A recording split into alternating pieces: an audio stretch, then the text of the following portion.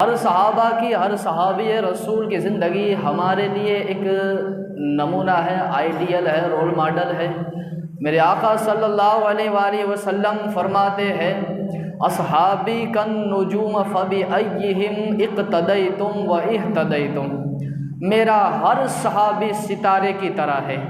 تم میں سے کوئی ایک صحابی کی پیروی کر لو، اللہ تمہیں ہدایت یافتہ کر دے گا، اللہ تمہیں ہدایت دے دے گا۔ اب حضرات گرامی، سب سے بڑی بات اگر ہمیں صحابہ کی جماعت میں ملتی ہے، صحابی رسول کے اندر ملتی ہے، وہ ہے عشق صحابہ، کہ صحابہ کے اندر جو حضور کا عشق تھا، حضور سے جو لگاؤ تھا، حضور سے جو محبت تھی، رہتی دنیا تک، قیامت کی صبح تک ایسا حضور جیسا کوئی معشوق نہیں آیا اور صحابہ جیسے کوئی عاشق رسول اللہ نہیں آئے ہیں۔ ہمارے سامنے صحابہ کی مثال ہے۔ مدینہ شریف کی سرزمین ہے، مدینہ شریف کی سرزمین ہے، ایک یہودی کا بیٹا جس کا نام تھا ابو قرصافہ، یہودی کا بیٹا تھا ابو قرصافہ جن کا نام تھا، اس کے باپ کا انتقال ہو گیا یہودی کا۔ اب اس کی ماں نے ابو قرصافہ سے کہا، بیٹا ابو قرصافہ، میں تو غربت کی ماری ہوں، میں تو مفلس ہوں، لیکن میری بہن مالدار ہے، یعنی کہ تیری خالہ۔ ابو قرصافہ سے کہا، ابو قرصافہ تیری خالہ مالدار ہے، میں تو غربت کی ماری ہوں، 2 وقت کی روٹی بھی تیری ماں تجھے نہیں کھلا سکتی ہے، اے ابو قرصافہ تو میری بہن کے گھر چلا جا، اپنی خالہ کے گھر چلا جا، تجھے کم سے کم 2 وقت کی روٹی مل جائے گی، بیٹا تیرا پیٹ بھر جائے گا، تو میری بہن کے پاس چلا جا، وہیں اس کی خدمت کرنا، وہ جو کام کہے تو کام کرنا۔ اب وہ یہودی کا بیٹا تھا، دور نبوت شروع ہے، دور عہد نبوت شروع ہے، میرے آقا صلی اللہ علیہ وسلم مدینہ شریف کی سرزمین ہے، اللہ میرے آقا علیہ السلام کا دور نبوت ہے۔ اس کی ماں نے کہا، ابو قرصافہ میری بہن کے پاس چلا جا، تیری خالہ کے پاس چلا جا، کم سے کم تجھے 2 وقت کی روٹی مل جائے گی۔ ابو قرصافہ گئے ان کی خالہ کے پاس، ان کی خالہ نے کہا، ابو قرصافہ بیٹا آیا ہے، تجھے میری بکریاں چرانی پڑے گی، میرے گھر کا کام کرنا پڑے گا، اگر کیونکہ بکریاں چرائے گا ہمیں پیسے ملیں گے، ہمیں قیمت ملے گی، ہم جس کے ذریعے ہم اپنا پیٹ بھر سکیں گے۔ بیٹا ابو قرصافہ یہ بکریوں کا ریوڑ ہے، یہ بھیڑ بکریاں ہے، یہ ساری بکریاں لے جا اور چرانا شروع کر۔ اللہ صبح ہوتی ہے، ابو قرصافہ نے آپ گئے، اب کی خالہ کی ساری جتنی بھی بکریاں، بھیڑ بکریاں جتنی بھی تھی، اس کے استبل کو کھولا،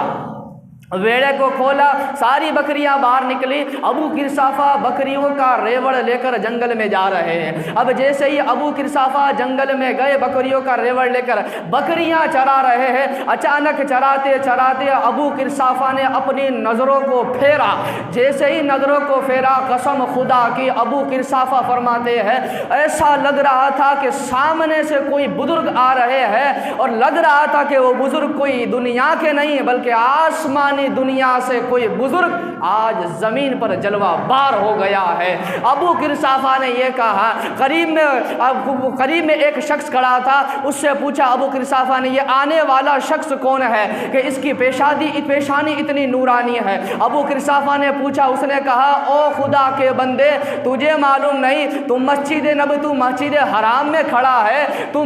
تو آج جا کھڑا ہے، وہ مدینہ شریف کی سرزمین ہے، اور جو سامنے بزرگ آ رہے ہیں وہ کوئی اور نہیں، نبی آخر الزماں ہے، میرے آقا صلی اللہ علیہ وسلم ہے، وہ حضور کا غلام تھا۔ ابو قرصافہ فرماتے ہیں قسم خدا کی میں نے ایسا نورانی چہرہ اپنی زندگی میں دیکھا نہیں تھا، میں نے حضور کی پیشانی کو دیکھا، میں نے حضور کی آنکھوں کو دیکھا، میں نے حضور کے گالوں کو دیکھا، میں نے حضور کے ذقن کو دیکھا، میں نے حضور کے سینے کو دیکھا، میں نے حضور کے قدموں کو دیکھا، وہ قدم جس کے بارے میں میرا امام فرماتا ہے قدموں پہ جبی کو رہنے دو، چہرے کا تصور مشکل ہے، جب چاند سے بڑھ کر ایڑی ہے رخسار کا عالم کیا ہوگا۔ وہ آقا علیہ السلام آ رہے ہیں، ابو قرصافہ فرماتے ہیں، اور کوئی شاعر یوں بھی تو بیان کرتا ہے، جس تیرے در کا درباں ہے جبریل اعظم، تیرا مدح خواہ ہر نبی وہ ولی ہے بےتاب جس کے لیے عرش اعظم، یہ سرور لامکہ کی گلی ہے کہ نہ کیوں کر کہوں یا حبیبی اغثنی، اسی نام سے ہر مصیبت ٹلی ہے، اور صبا ہے مجھے سرسرے دشت طیبہ، اسی سے کلی میرے دل کی کھلی ہے، اور تیرے چاروں یک دم ہے، یک جاں یک دل، ابو بکر و فاروق و عثمان و علی ہے۔ اللہ اللہ، ابو قرصافہ نے دیکھا، اور کوئی شاعر تو یوں بیان کرتا ہے، ہر جبی کی نشانی کا مرتبہ فرمان جیسا تھا، قدم بدن کی رحل پر قرآن گل قرآن جیسا تھا، نہ کرتی کیسے خوشبو وضو مدینے کی گلیاں، ارے نبی گلدستہ تھے تو شہر نبی گلدان جیسا تھا، نبی گلدستہ تھے تو شہر نبی گلدان جیسا تھا۔ فرماتے ہیں میں نے آقا علیہ السلام کے چہرے کو دیکھا، آپ کی ساری نورانیت کو دیکھا، ایسا لگ رہا تھا کہ آسمانی دنیا سے کوئی بزرگ ہے جو آج زمینی دنیا پر جلوہ بار ہو گئے ہیں۔ کوئی شاعر تو یوں بیان کرتا ہے، سر سے لے کر پیر تک تنویر ہی تنویر ہے، جیسے منہ سے بولتا قرآن تفسیر ہے، ارے دنیا حیران ہے جمال مصطفیٰ دیکھ کر، ارے وہ مصور کیسا ہوگا جس کی یہ تصویر ہے۔ آقا علیہ السلام کا جمال دیکھ کر ابو قرصافہ فرماتے ہیں، اپنے حضور کے غلام سے پوچھا یہ نبی آخر الزماں ہے؟ کہا ہاں یہی نبی آخر الزماں ہے۔ ابو قرصافہ وہیں قدموں میں گر جاتے ہیں، کلمہ پڑھ کر ابو قرصافہ حضور کا حسن و جمال دیکھ کر ابو قرصافہ کلمہ پڑھ کے مسلمان ہو جاتے ہیں۔ اب ابو قرصافہ فرماتے ہیں، میری خالہ نے مجھے جو بکریاں دی تھی، میں روزانہ اس بکریوں کو لیتا اور صبح کے وقت نکلتا اور اس بکریوں کو اللہ کے بھروسے جنگل میں چھوڑ دیتا، اور ساری بکریوں کو چھوڑ کر میں صبح صبح حضور کی مجلس میں جا کر بیٹھ جاتا، صبح سے لے کر شام تک میں حضور کی مجلس میں بیٹھا رہتا، حضور کا چہرہ تکتا رہتا، حضور علیہ السلام کا چہرہ دیکھتا رہتا۔ اللہ اللہ، میرا تیرا حسن و جمال میری نگاہ میں بخدا خدا کی کتاب ہے، تیری بندگی ایک الگ بات ہے، تجھے دیکھنا بھی ثواب ہے۔ اللہ اللہ اللہ، ابو قرصافہ فرماتے ہیں میں نے آقا علیہ السلام کے چہرے انور کو دیکھتا رہا، کئی دن گزر گئے، وہاں سے نکلتا، بکریوں کا ریوڑ لے کر جنگل میں جاتا، ساری بکریوں کو چھوڑ دیتا، اللہ کے بھروسے اللہ کی ذات پر بھروسہ کر کر بکریوں کو چھوڑ دیتا، اور سارا دن حضور کی مجلس میں بیٹھا رہتا، حضور کی نصیحت کو سنتا، حضور علیہ السلام کے چہرے کو تکتا رہتا۔ ایک دن آیا کہ میری بکریاں جتنی بھی تھی وہ چرتے چرتے کسی کی کھیت میں چلی جاتی ہے، ساری بکریاں کسی کی کھیت میں چلی گئی۔ ابو قرصافہ شام ہونے پر جاتے ہیں بکریوں کا ریوڑ ڈھونڈنے کے لیے، لیکن بکریاں وہاں موجود نہیں ہے، کہیں پتہ پورا دن گزر جاتا ہے۔ یہاں آپ کی خالہ کو پتہ چلا